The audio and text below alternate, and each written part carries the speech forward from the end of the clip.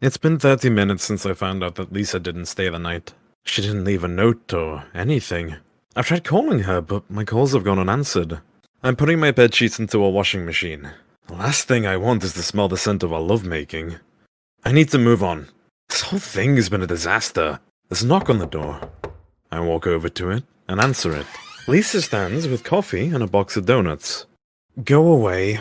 Someone woke up on the wrong side of the bed. I mean it. Go away. Vamos. Get. Why are you so grumpy? I mean, it's funny, but why are you grumpy? You know why. Would you mind telling me, Grumpy? You left without a note. So, that was your signal to me that we were over. I had a meeting with a Japanese company. It was a 3 a.m. meeting. Of all the excuses I could have heard, that one wins a gold medal. Congrats, Pinocchio. Listen, I don't know if you know anything about the time difference, but I couldn't exactly have it at our time. So I'm telling you the truth. I'm not a liar. So, you didn't think last night was a disappointment? It was. Go! Just go! Nathan, I'm kidding. It was perfect. Really? To some extent. I need to train you up on my new likes and dislikes in the bedroom before we hit our collective pleasure zone, if you catch my drift. I wish I didn't, but yes. Now, since I'm CEO of my company, I've decided to take the day off to spend it with my favorite man. Just to be clear, you're talking about me, right? Nah, someone else. All I need is for you to introduce me to the hot stud. His name is Tom Holland. Do you know him? I genuinely hate you. Yeah, you don't. You love me. Anyway, we can't spend the day together. It's my first day of work today. Oh, about that. I got HR to rescind the offer of employment. Why? Relax. It's not because I don't want you there. It's just I don't want you to work at this particular company. Lisa walks into the house and takes a seat on the couch. I follow her and sit beside her. Why don't you want me to work there? If I tell you, can you promise not to judge me? Yeah, okay, I won't. I don't want you to work at the company because we have a high rate of single women there. Lisa closes an eye and winces. So, you don't want them to swoop me away? Yes. Look, I already have Jess to contend with. I can't have any more women chasing after you. My nerves are already shot. Have you thought about how I'm gonna pay my rent? Or bills? I'll set you with a support allowance, like you're my concubine. Thanks, but I want to work there. Is there any way you could reconsider? If you worked there, I'd be forced to hire the mailroom manager to spy on you. And I don't want to be that chick. I really don't. I don't stalk people. I guess I have no other choice. No, you do not. Mwah. So, how would you like to spend the weekend at my new apartment? That could be like a romantic getaway. And it would be, because we'd have a bigger space to play with, and we could be naked all day. How does that sound? It doesn't sound good. Excuse me? Why not? Jess gave birth to a set of twins. So, when I saw that you'd left, I called her to ask her if I could see her, and... Huh. However, since I was wrong, I'll cancel my trip and spend the weekend with you. You don't have to do that. Do you mean that? Not in the slightest. I thought as much. I'll call her later. Lisa opens up her backpack. She pulls out her MacBook Air. Great. Now, I've brought my MacBook with me, and we will need to watch porn. Porn? Why? I need to train you up to my desires, Nathan. My entire appetite has changed since our last romantic dance. Who's this woman standing in front of me? Hey, this woman is hot, attractive, and willing to have intercourse with you, so I don't know why you complain. Seriously, who are you? Look, Nathan, you disappointed me last night, and this lady won't stand for any more failures. Sex with her isn't a game for losers. She's a born winner. Okay, can I be frank? You can. Not that I'll listen. You scare the life out of me. I figured as much.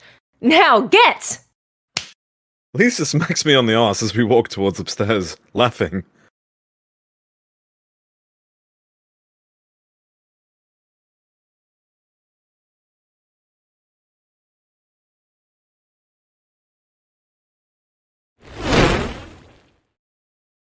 Lisa opens her front door. She's holding her letters. I'm behind her. I walk in with my luggage. Lisa puts away her keys. She gives a quick once-over of her mail and then puts them away. Her dog races over to greet us. Oh! Who's this? Lisa kneels to pat her dog. It's a dog. How are you today? Do you want a treat? Lisa's dog waggles her tail. What is it doing here? It lives here? Why do you look like you've just seen a shark? I don't want to live here. Lisa's dog comes over to me. I back up. I'm against the wall. I look scared.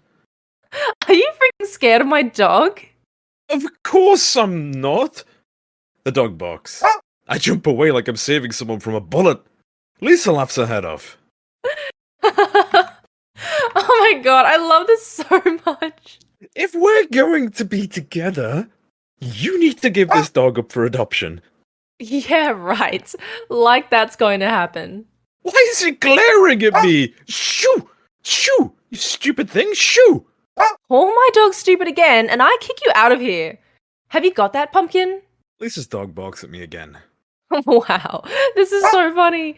My dog is like your kryptonite. Yeah, well, your dog looks like a Zack Snyder zombie dog. I said shoo!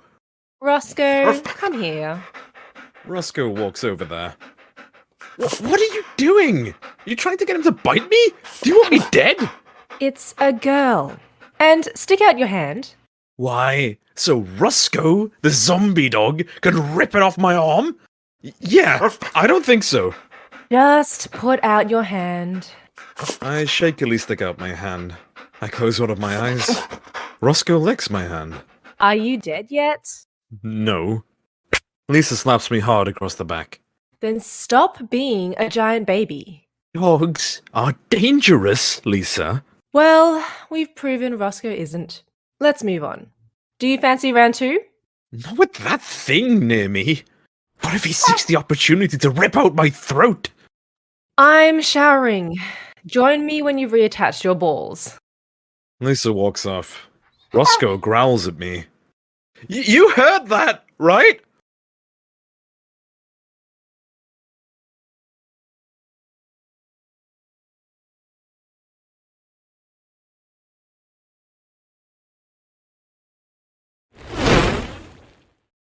Lisa walks in.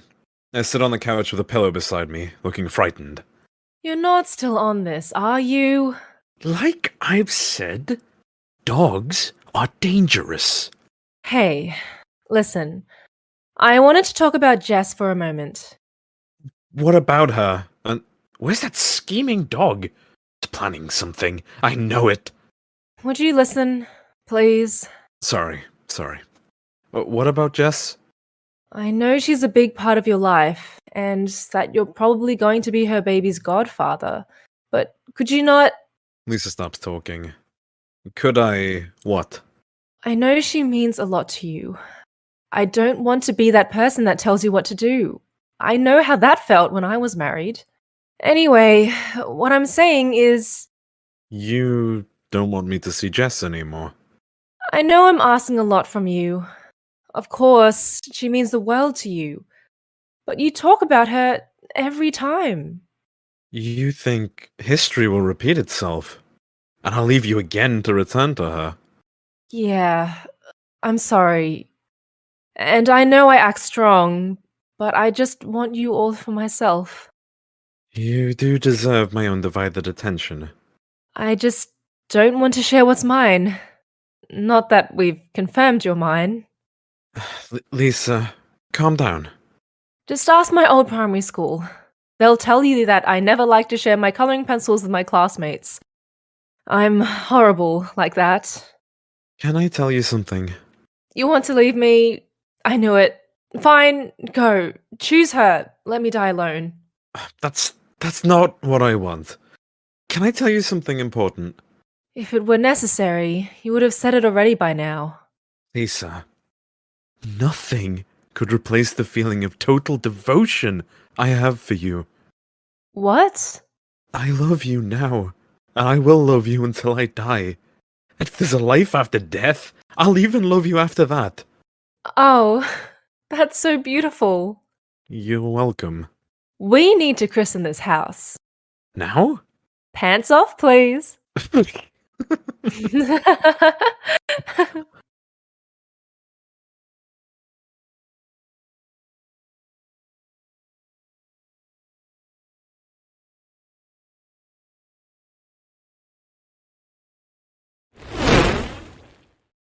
I'm getting dressed as I'm about to head out. Lisa's in bed. We've just made love. I love you now, and I will love you until I die. And if there's a life after death, I'll even love you after that. When I was 10, I saw that quote in a newspaper memorial, and I remembered it. I knew I'd say those one day, but I didn't know when. So, Jess didn't get the quote? No, she did. Oh. You're so gullible. Anyway, I've waited 20 or so years to say those words to someone. From the moment we met. You knew I was the one who would get it. Yep. Lisa gets up from the bed. She puts on her robe, walks up to me, and kisses me. Is that all I'm getting from you? You should know. Men tend not to open their hearts out of fear of rejection. Oh, sorry. Thank you, Nathan. Your words have stolen my heart. It wants to pair with yours now. It's the only way it'll work moving forward. It's settled on you. I'm glad. Now, back to the topic of Jess. If you, my future wife, don't want me to see her again, I won't. I won't. Future. What? You're my future wife. Do you see us married in the future? Well, you don't. I do. I'm just surprised you're there. Well, my heart has been stolen by you too. We belong together. So let's go back to the topic of Jess. I won't see her again. She has her brothers, they can be her baby's godfather. I've manipulated you into that decision, haven't I? Of course you haven't. I have. I'm a terrible person.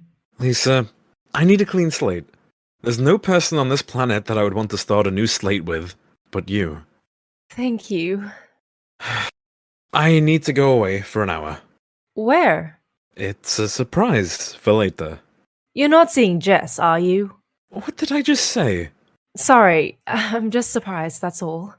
Just give me an hour, and then we'll go out for dinner. You're up to something fishy. It's not fishy. Just sit tight. And walk down to the bedroom and close the door. Lisa sits on the bed with a massive smile on her face.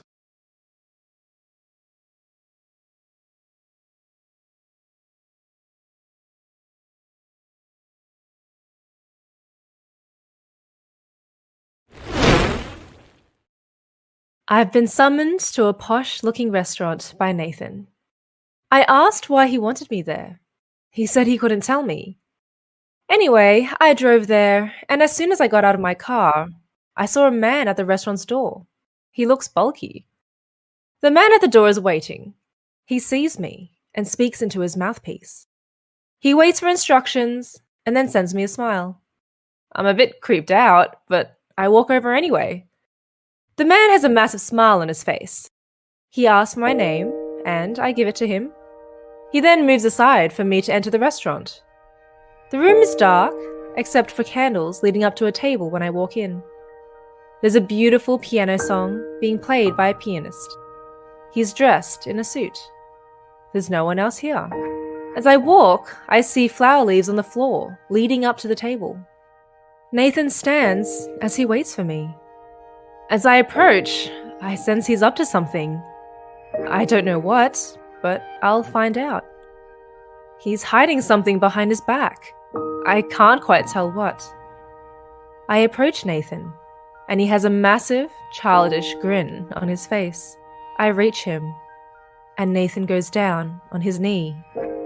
I'm confused. What's going on here? It's pretty obvious. I know, but where's the damn ring?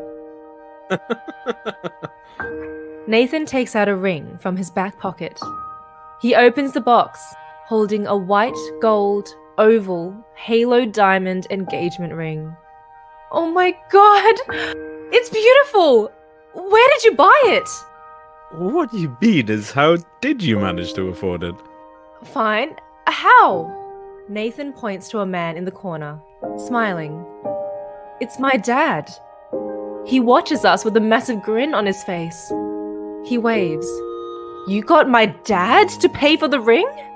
Well, duh. I asked for his permission so I could marry you, and he... And he laughed at you? For about an hour? So, how the hell did you manage to convince him you were right for me? I had a massive list of reasons why I wanted to marry you. How huge was that list? About 300 paragraphs. Wow. You must love me, but are you crazy? I'm special, but not that amazing. I beg to differ. Anyway, I printed it out and read it to him. Where did you manage to find the balls to do that? I've always seen you as being weak. Do you have any more insults for me? No? Wait, I'm thinking... we'll follow up with it. Could you carry on speaking? Anyway, after the 40th reason, your dad got sick of hearing my voice and gave me his permission to marry you. You love me then. I love you like humans love water. I love you like Las Vegas loves money. We're being cheesy here, aren't we? We really are.